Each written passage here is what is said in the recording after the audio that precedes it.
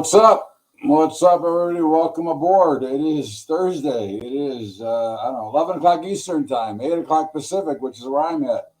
And I'm getting ready to go play in a seniors poker tournament. But markets are, they're going up. As we said the other day, they're going higher. It doesn't make sense why. And, of course, we'll say only the shadow knows why we're going higher. But it really doesn't matter. They're going up, and you can see crude breaking out and on its way to the next level, which we talked about. The S&P broke out of that last consolidation, and remember, one thing you always want to know is that markets are universal in price. All charts are the same. All patterns repeat themselves. Thank you.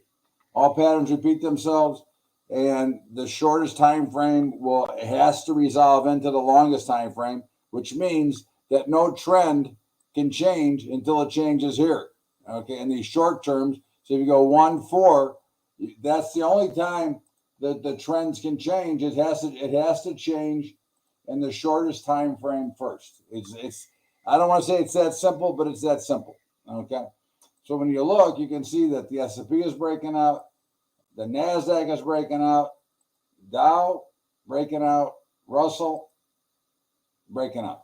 Okay, all right. So the trend is higher. It's obviously clear that's what's going on, and either you go with the trend or you go against it. Okay, now if you go against it, you're being a fool because the market is always right. So the direction. Now you can choose not to participate. I mean, that is a choice that you can make, is to say, hey, I think the market's going lower. I don't want to get in the way of the market, so I'm going to sit it out and wait till the trend changes. But there's an old saying, and when we were market makers on the trading floor, it was called the tape, right? The crawler that went along the bottom, because we didn't have the advantage of charts. We didn't have the advantage of seeing all this information that you can see now. We had to make decisions within seconds, okay, when somebody brought in an order, okay? And that's something that you have to remember, okay, as a trader. You never fight the tape or what's going on, okay, because you're most likely going to be a loser. You have to let the markets resolve themselves. And again, I could look at the Russell, which is up. Oh, let me keep bringing back my chart. There. Okay. The Russell that's up. So to me, the next resistance level is about 1922.70. Okay. Now, again, that doesn't mean that I would get short at 1922.70, but that would be the next level or the next area of resistance that I would be watching. And the S&P, the next level to watch would be probably right around where it's at right now. Okay, we're at the high of this morning, 45.46. Okay. Now, does it mean that it's going to go down from there? No. It just means that might be a point of contention, an area that we might see some resistance. It may pull back a little bit.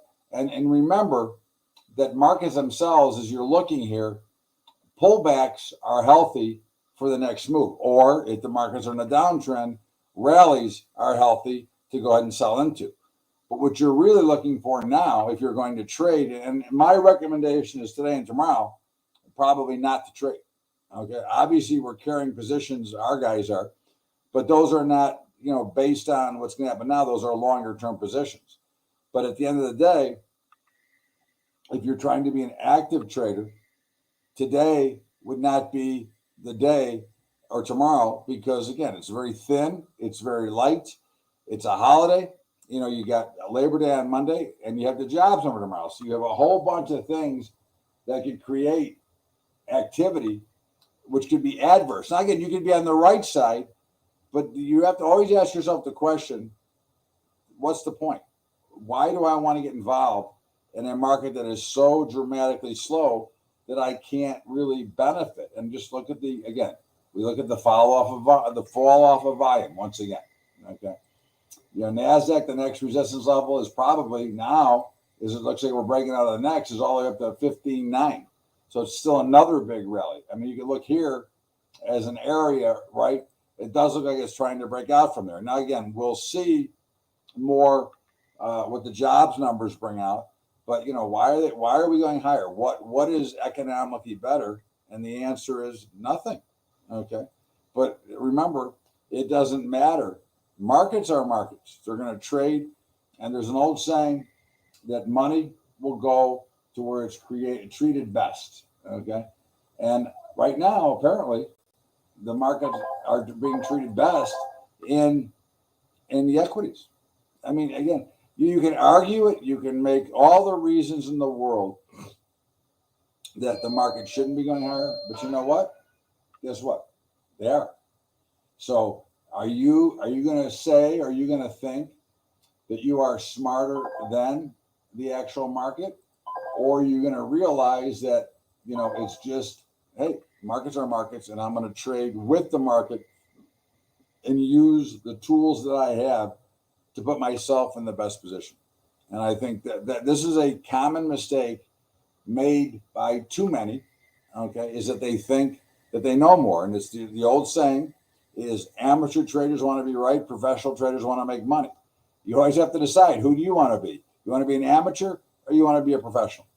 Okay. And if you want to be an amateur, then you might as well just send your money to St. Jude's or Goodwill or somebody, because you're going to lose it all. Okay. Again, you have to let the markets dictate to you what's going on. And, we watch, we look at positions, we look at areas. And at the end of the day, okay, markets are markets. And we cannot fight or take anything off. We have to continue to watch and understand where we're going. So if you don't have a position on, and you find a resist, let's say you have a position on and you find a resistance area, well, maybe you move your stop, okay, and you lock in a little bit of profit. If you have no position on, you need to wait to get to a point with the trend. So right now, if I had no position on, I'd be looking for some sort of a pullback, okay, and then be able to jump in, okay, not trying to jump in ahead of time. I'm not trying to outsmart or outtime the market. What I'm looking for is an opportunity to get with the market and get with the path of least resistance. Okay, and I think that's something that we miss, and we're far too many times we don't let ourselves get into what that position is. And I think that you have to recognize that the markets will do what the markets are going to do. No matter what you say, no matter what you think, and me too. I mean, again, all of us, okay, it has nothing to do with what is going to happen next. What is going to happen next is going to be part of the market, okay? And, markets go up, markets go down, markets go up fast, they go down fast, they do all kinds of different things. And it's to you for you to recognize when those opportunities are greatest for you, okay? And again, sometimes you make the perfect trade and it loses money. Well, that's going to happen. You cannot suspect or expect to always be right, okay? What you have to expect is that if you're always in the highest position of probability, then you're going to give yourself the greatest opportunity to make money, okay? That is more what we're concerned about is the ability to make money. And as you stare at these screens and you look at these markets, okay, again, if you're a game player, like a poker player, just because you have pocket aces doesn't mean you're going to win. Okay, it still takes, as we call it, a little bit of racing luck, okay, to always have the winning side. Being in the right position does not guarantee victory. Being in the right position guarantees you the least amount of risk and the greatest amount of upside. But still, nothing guarantees a 100% profit. Okay, and again, this is something that we have to recognize, which is why we go over and over again and talk about these phases of the market. Okay, because as you notice, the markets continue to repeat these phases over and over again. It doesn't matter what you're looking at. Look at Apple. We were looking at Apple the other day, and I didn't think it would break out. Look what happened. Boom, it's breaking out. Okay, so certainly, do I fight that, do I say that, well, it can't be? Well, no, that's not correct. Then you look for the next level, okay, which is about probably 190 as a level of potential resistance.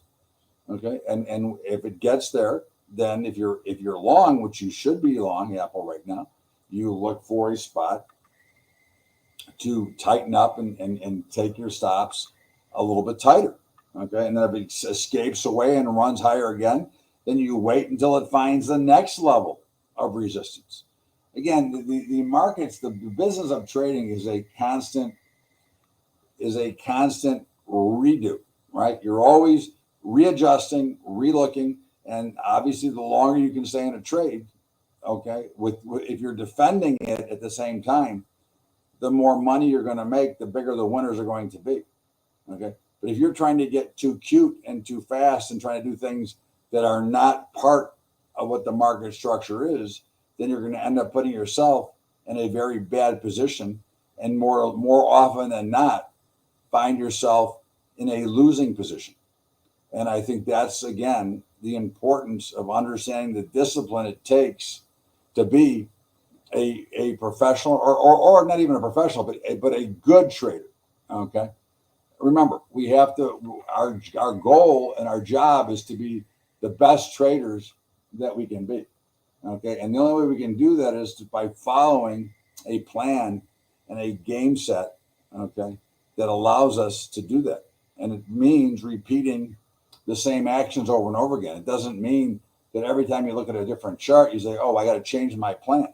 Your plan should be what your plan is, okay? And repeating the process over and over again.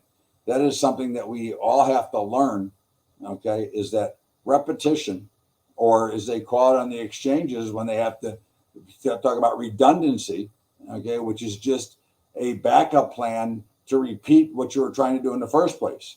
And for example, all exchanges have backup plans to create redundancy in case something goes wrong with plan number one. Okay, so again, we're building a trading plan. Okay, we're building an understanding of the market.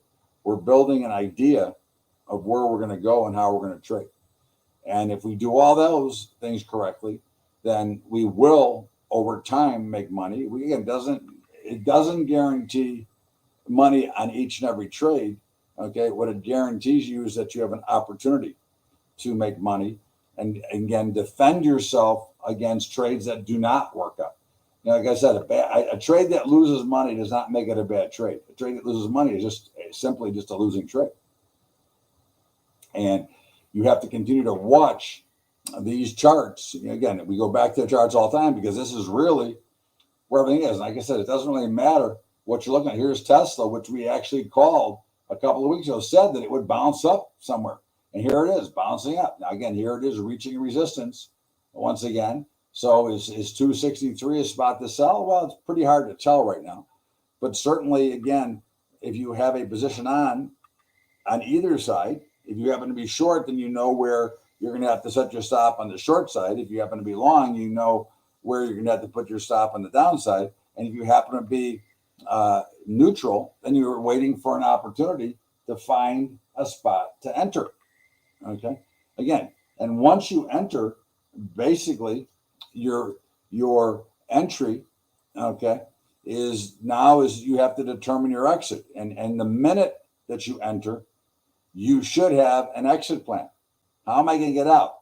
Now, a lot of the trades that we'll get into over time and starting probably next week is, we don't have to set exits because we're using combinations, we're using spreads, okay, which are actually building in a stop to begin with, right? Every trade that I have on in my options positions have built-in stops. I know the maximum amount of risk when I put the trade on, okay? And I know that depending on what it is, that trade risk reduces each and every day, okay? And that's something that is important for you to understand as well. And tying that into, hold on 1 second. And tying that into, the 0 day to trade, the 0 DTEs, which we trade a lot of, okay? And I know by looking at the ones that expired today, for example, okay, I look at the 452 straddle. I know, okay, and I'm just gonna put this. I'm gonna open this up. I'm not gonna open it, but I'm gonna put it up for you. Okay, I know that the expected move for the rest of the day in the S&P, and this is not a guarantee, but as at current volatility, at current movement, the expectation of movement is about $1.55, about $1.70 for the rest of the day. So if I were going to try to sell some premium, I would want to go about, let's say, $1.70 away or $2. So let's just say, for example, and I'm not making this trade, but it's just an idea so you can have a general understanding. So right now I could sell. Oops, I don't want to buy anything. I want to sell. Okay. So I could sell the 454 strangle. Okay, for a 34-cent credit, which has about, what time is it now? It's 11:16, so it's got about a 5-hour window. Okay, in which I've got $2 movement room on each side when a market is expecting less than that amount of movement either way. And I can collect the 34 cents or $34 for every one contract I do. Okay. And that is very much acceptable. Now, if I wanted to protect that, okay, I could just simply add it and turn it into an iron condor, okay, which would take away part of some of the profits, okay, but it also gives me protection. So now I've taken a trade that had a potential $34 profit or 34-cent profit, and now have, and with unlimited reward risk, okay, and again, obviously it's only 5 hours, but a lot can happen in 5 hours. With unlimited risk, into now, I'm only getting 21 cents or $21, but now I have a limited amount of risk of $1 if it goes too far in either direction. If it stays in the middle, I still get to keep the $21, but now I have changed the risk parameters to now having only a risk of $80, okay, from unlimited. So if I put this trade on, I'll go ahead and put it on. I don't know if it'll fill, but I'll put it on. I'll let it work while we're here hanging out, okay? But again, no matter what time frame you go to, if I go out farther, if I go out a week from now, okay, to the 7th, okay, I would be looking at the same thing. But what do I know about the 7th? I know at the 7th, okay, thanks, Max. I know at the 7th, okay, that straddle is trading at 518. So if I multiply that by 1.07, and everyone wants to know where that comes from, that is actually part of the Black-Scholes model. That's what floor traders used to use. I know that the expected movement between now and the 7th of September is going to be about $5.50. So if I were going to look at the same trade right now, I would actually go out further, and I may go out that $5.50 or $6. Okay. And so now I go out to these two. So now I'm getting $130 worth of profit. Okay. If I keep it and it expires worthless, but do I want to take the risk? Now I've got a number of overnights in play, which is always bigger risk. I've got a holiday in play, which means the market aren't open, which brings in some more risk. So what am I going to do? Well, maybe I'll just turn it into an iron condor. Okay. And so now I'm going to collect $31. Okay. Because obviously I'm paying more for it. But again, I've only got the $1 risk. Okay. Plus it only ties up the $100 worth of margin. So all of those factors now come into play into putting myself in a best case mathematical scenario. Okay. And again, I could change. Listen, I could change a lot of this. I could make these wider, and I could do, let's say, $2 wide on that iron condor, for example. Okay. Oops. I go $2 wide, and now I'm getting 52 cents. Okay. So I'm getting $52 with now a $2 risk. Okay. But again, I've taken down the margin risk. I've taken out the unlimited risk, and I put myself in a position that as long as the markets stay within a $12 range, I'm going to make the money. Okay.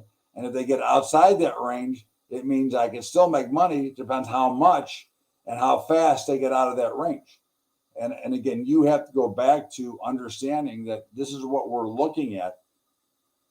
And these are the math figures that we're using. And this is not sophisticated math. This is second grade math. Okay. It's a little multiplication and addition.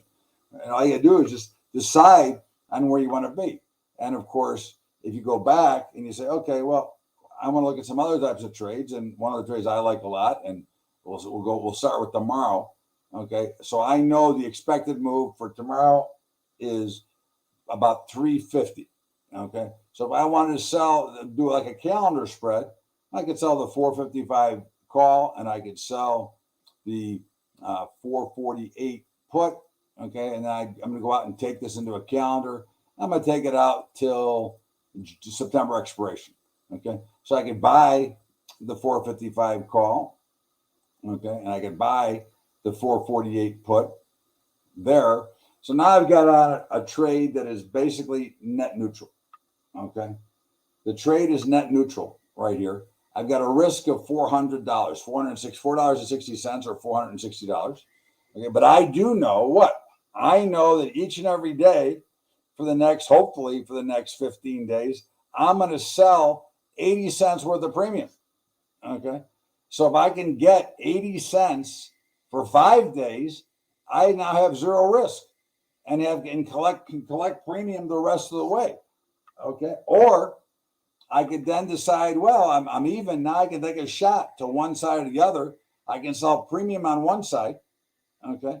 And do nothing on the other and let the long run, or I can continue to sell premium on both sides. Those are my choices. So you never exit anything of the spread. No, again, the spread is a combination of however many legs you're using. There's always going to be a losing leg as part of that spread. You can't have all winners. Okay, there has to be a losing side to the trade. The question is, does the profit side make up for the losing side? And that's when you tell whether you're making a profit or not making a profit. Does that make sense, young man?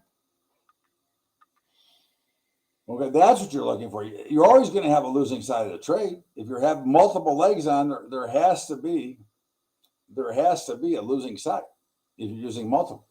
Okay, you can't. All four sides can't be winners unless you're just straight out naked selling premium, which I would never recommend because most of you can't afford it, and certainly most of you can't afford the exposure that you're putting yourself under if it should happen to explode the wrong way. Okay. So again, you're no matter what trade I put on, if I'm using multiple legs, there is always going to be one side that is going to be at risk and be a loser. But what's the difference? If I try to outguess and take off the loser, now my winning legs could turn into losers. So the only way I can lose more money than the maximum amount I assigned to it to begin with is if I start screwing around with the different legs and chasing the losers and trying to get rid of the losing side of the trade. Does that make sense? It's important to understand this because if you start chasing the losing side, okay, then your winning side, what if your winning side then turns into a loser as well? Then you can lose on four sides of a trade instead of only losing on one side of a trade. It's not a very good mathematical probability. Right? You have to understand that you're not trading different legs. The 4 legs or the 6 legs or whatever you're trading equal one trade. Okay, that's what you're looking at. They equal one trade, not 4 different trades. They are making of one trade. If I create a synthetic long in the spiders, and again, it doesn't matter, but let's just say I create a synthetic long. 1, 2, 3. Okay, so this is a synthetic long. This is the same as like buying the 452 call, except I'm buying it for $1.92. If you just bought the call, you'd be paying $4.14. Okay, but this is all one trade. This is not, each leg is not independent. It is a representation of one leg that is a directional trade that I'm looking to go one way. Okay, does that make sense? If you're there, answer, because it obviously makes it. I want to make sure you understand it so that I can continue. Because if I lose you at this point, then I have nothing left to explain because you'll never learn anything. Okay. So whoever wants to know if you understand what I'm saying, make sure to say yes, I understand. Otherwise, you're going to get lost, and then we're going to have a problem because you're not going to learn it. And since I'm an educator, it's important for me that you understand, what we're trying to do. You have to be, when I'm teaching, you have to be a participant with me so that I know, because again, listen, I got 44 years of doing this. I know more about options than most people do. Okay. But if I lose you, then I can't teach you, right? You lose the ability to learn because you fall too far behind. And I think it's important for you to understand that that's why I'm asking, is I'll make sure that you chat to me and say, hey, I understand or I don't understand. Because if you don't, I'll try to re-explain it. Okay. But again, we use all different kinds of trades. I mean, again, whatever I want to create. I mean, I want to create a back ratio spread. I mean, I can just simply, sell a put and buy two. Okay. Now I've got a short position on, but I'm eliminating some of the time decay. Okay. Again, there's all kinds of, remember, in the derivatives market, you can create many, many different trades. Okay. You have the ability to create millions and millions of different trades. Okay. Because you have different derivatives that create different effects to the market. And when you learn to understand that, and what it does is put you in a better position to win. Okay. And again, just because I'm giving you stuff that is good doesn't mean it's always going to win. All right. I mean, you can see I got a number of positions open here. Okay. That, some are winners, some are losers. And the other thing you got to remember is that if you use a trade like the calendar, like I showed you a couple of seconds ago, okay, when you roll that, your core position on your sheets might still show a loser, but you have to remember to count in the credit that you've collected. Okay. You have to remember to count in the credit you collected. So even if this trade shows, like this trade shows a loser right here. Okay. Well, I know it's not a loser of $996 because I've already collected $900 worth of premium. So that $900 of premium is already in my account.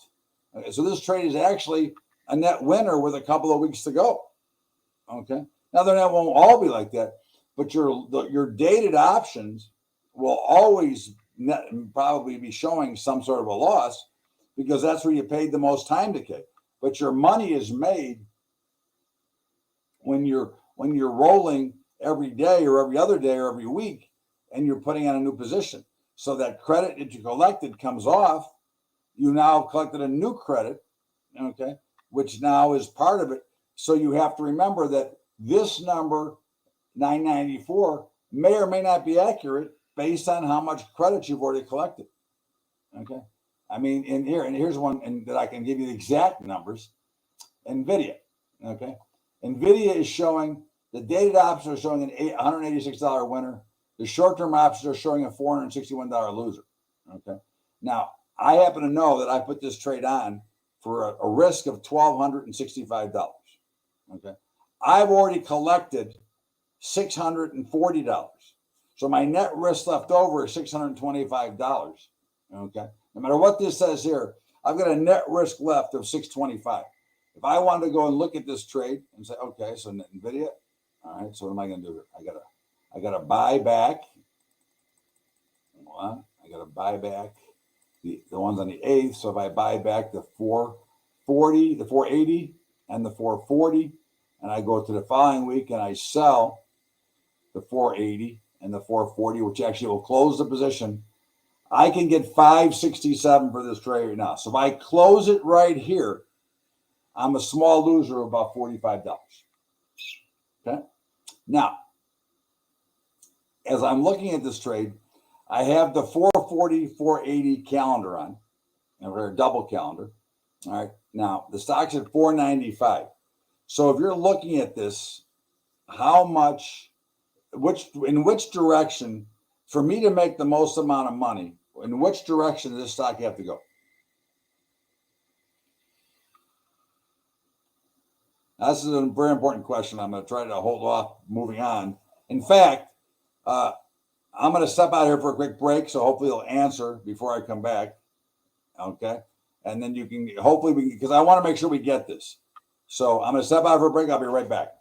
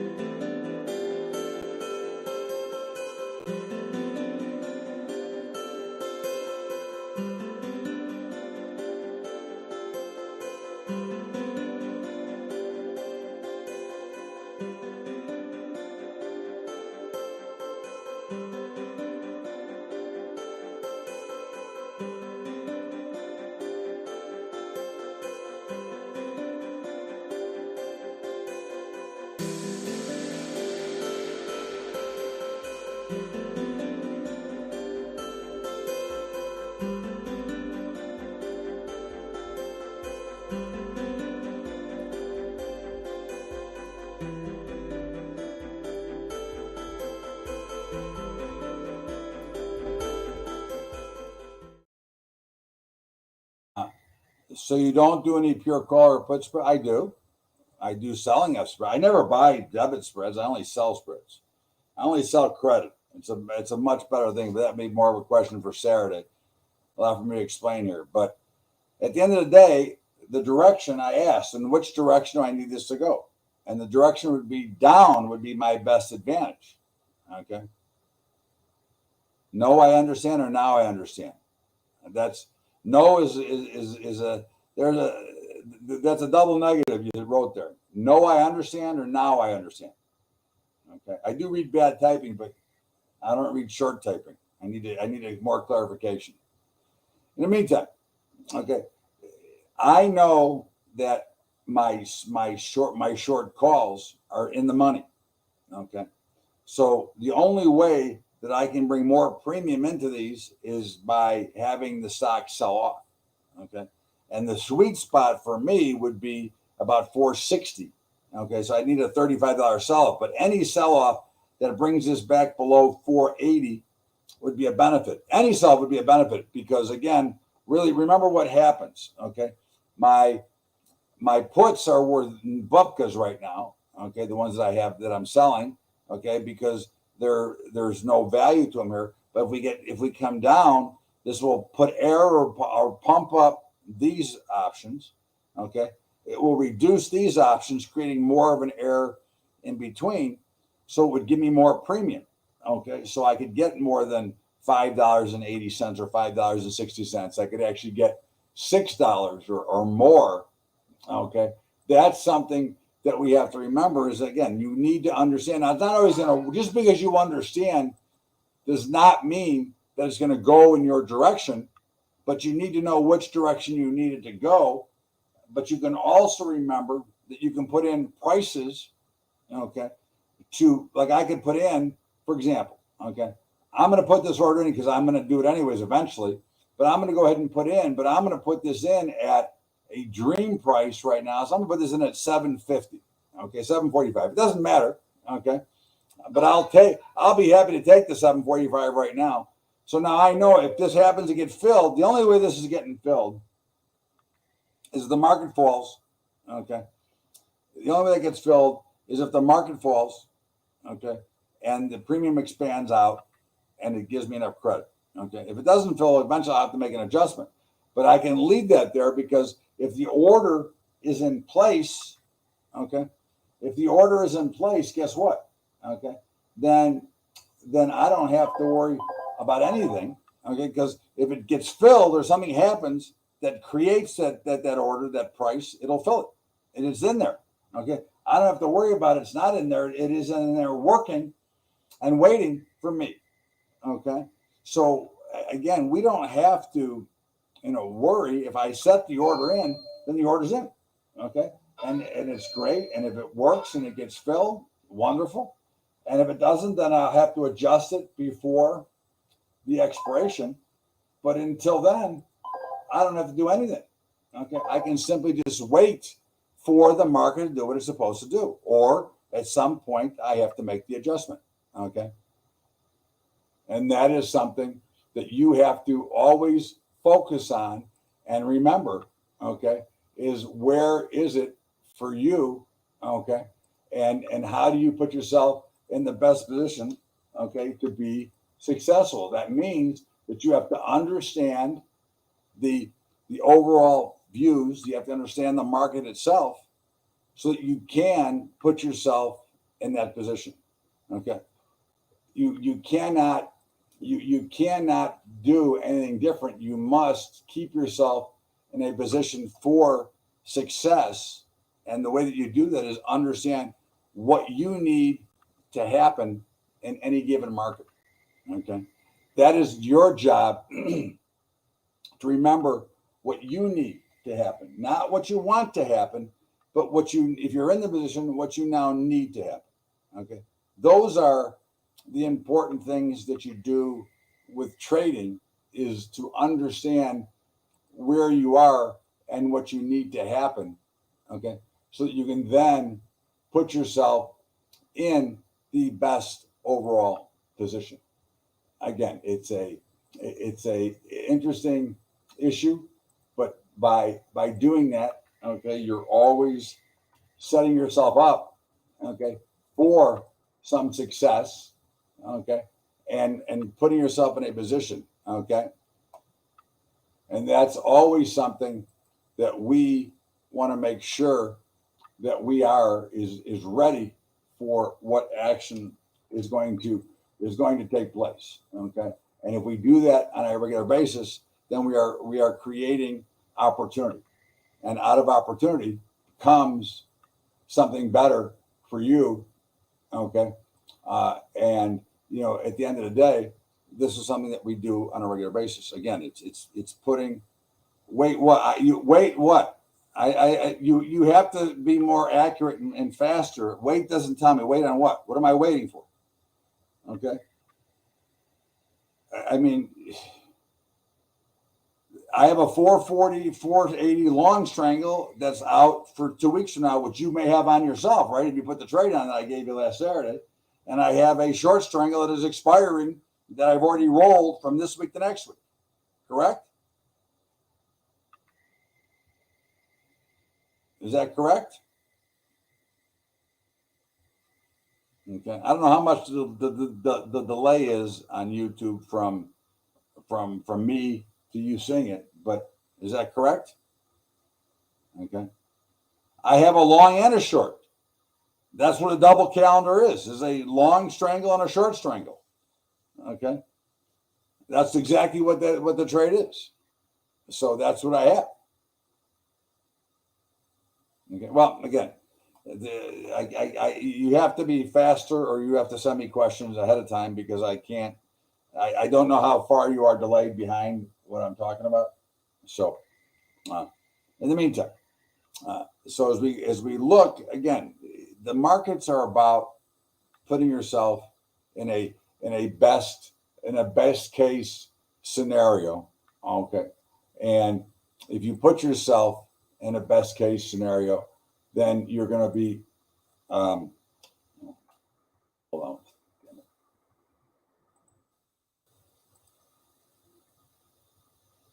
If you put yourself in the best case scenario, then you're always prepared. Okay. So it costs $12, so you break even at $4.92. No, that is not correct because you lost on the other side. You have a short option and a long option that go together. Okay. You need to email me for Saturday. This is way too complex to get into in the time that I have here. Okay. Just phrase this and send me a question for Saturday. But this is way too deep for what I can do in the short period I have right now. Okay. I just can't. I can't. You have a $12 loser on the short call and a $12 winner, so you're net zero, right? Okay. So again, at the end of the day, okay, what you're looking at is a net zero, and that's not correct. So you want an answer? Email me. Okay. I can't do it from here. It's too challenging and too tough for me to explain it now because it's not fair to everybody else. All right, anyways, so as we're looking, and again, we look at the charts of the market, we can see, okay, like we can see square. I don't want this chart. I want this chart. All right. So we can see we looked at Tesla. Okay. We looked at the Dow, and now the Dow's starting to pull back a little bit. So what would be, if I were going to look at this, what would I be looking to do? Well, the first thing I'd be looking to do is probably to be a buyer somewhere. And right now, I'd be looking to be a buyer somewhere around here if I wanted to participate. Okay. Now I'm telling you that I don't really want to participate in today's action because there's just not enough liquidity. So I would prefer, and I will be leaving shortly after we're done here. Okay. But again, if I'm watching this, I know that if it gets to here, okay, that it should probably bounce. Okay. This should act as support. Okay. The same goes for, the NASDAQ, which is trying to break out. The same goes for any of them. I mean, no matter what chart you look at, there's going to be a level here. Facebook or Meta is at resistance. Okay. Support is around 290. It's trading about 299. So either it breaks out or it can come back down to 290. Okay. This is, again, things that we're watching and things that we're looking for to create opportunity. Okay. Because at the end of the day, our whole business is about creating, okay, and about creating the opportunity. Okay. And that is something that we need to be honed to.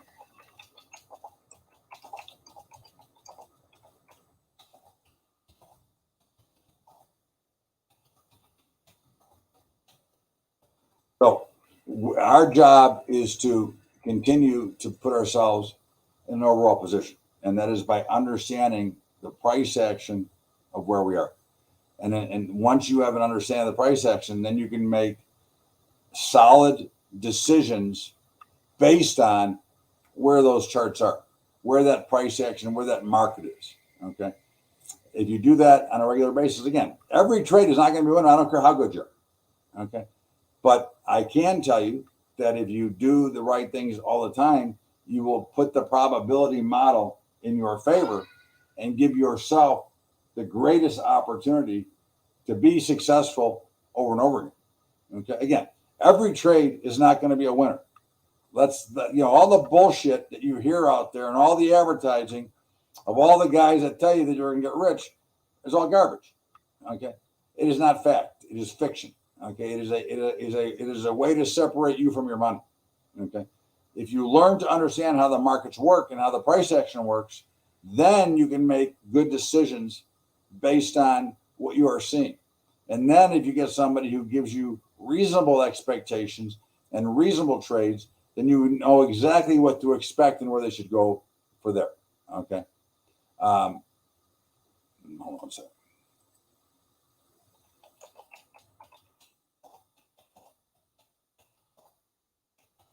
Okay. So again, you have to remember the importance of understanding what the markets are doing. You have to understand the importance of how to put yourself in the best position. And the first step to that is by understanding what's going on right here. No matter what you're watching, again, it doesn't matter what stock, because they're all going to have different patterns, but they're all going to create the same patterns, but they may not all be in the same pattern at the same time. Okay. And that's what you have to learn to understand, is that some things should be downtrending at one point, some could be uptrending.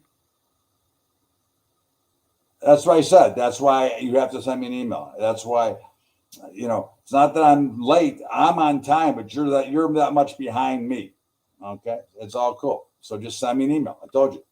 Okay. I can't, the questions that are that specific, I cannot answer because I know you're behind, and I'm already, top 5 minutes past where I was. Who can remember what I was saying? Okay. All right. So at the end of the day, okay, just remember, it's holiday trade. This is not a great situation. This is not a great market to be overly active in. You can and will create issues for yourself if you try to get too crazy or too much involved here. Because again, you got a big jobs number tomorrow. I don't mean it's a big jobs number that it's a big deal. I mean that tomorrow morning you could get unusual movement because of why? Because the markets are going to be thin. There's going to be a true lack of liquidity. And my advice to you for today, and I know I'm cutting a little bit short again, but I'll figure out how to get this to an hour eventually. But I can only go through so much things, and with these slow markets, there's not a lot to talk about. So just be careful. And again, my advice is to wait till Tuesday to start becoming active again, at least till Tuesday, and see what the action looks like. Because right now, the liquidity and the opportunities are not as good as they could be, unless you're putting on spreads that can take benefit of both short-term time and long-term benefit. So that's something we'll get into, and we'll start teaching a couple of things. But Ruben, I'm going to cut it here. Everybody have a great holiday weekend, and I thank you for your time. And we'll be back on Tuesday with another broadcast. Don't forget to subscribe below, okay, so that you get the notifications. And I'll talk to you guys all next Tuesday. Have a great weekend, everybody.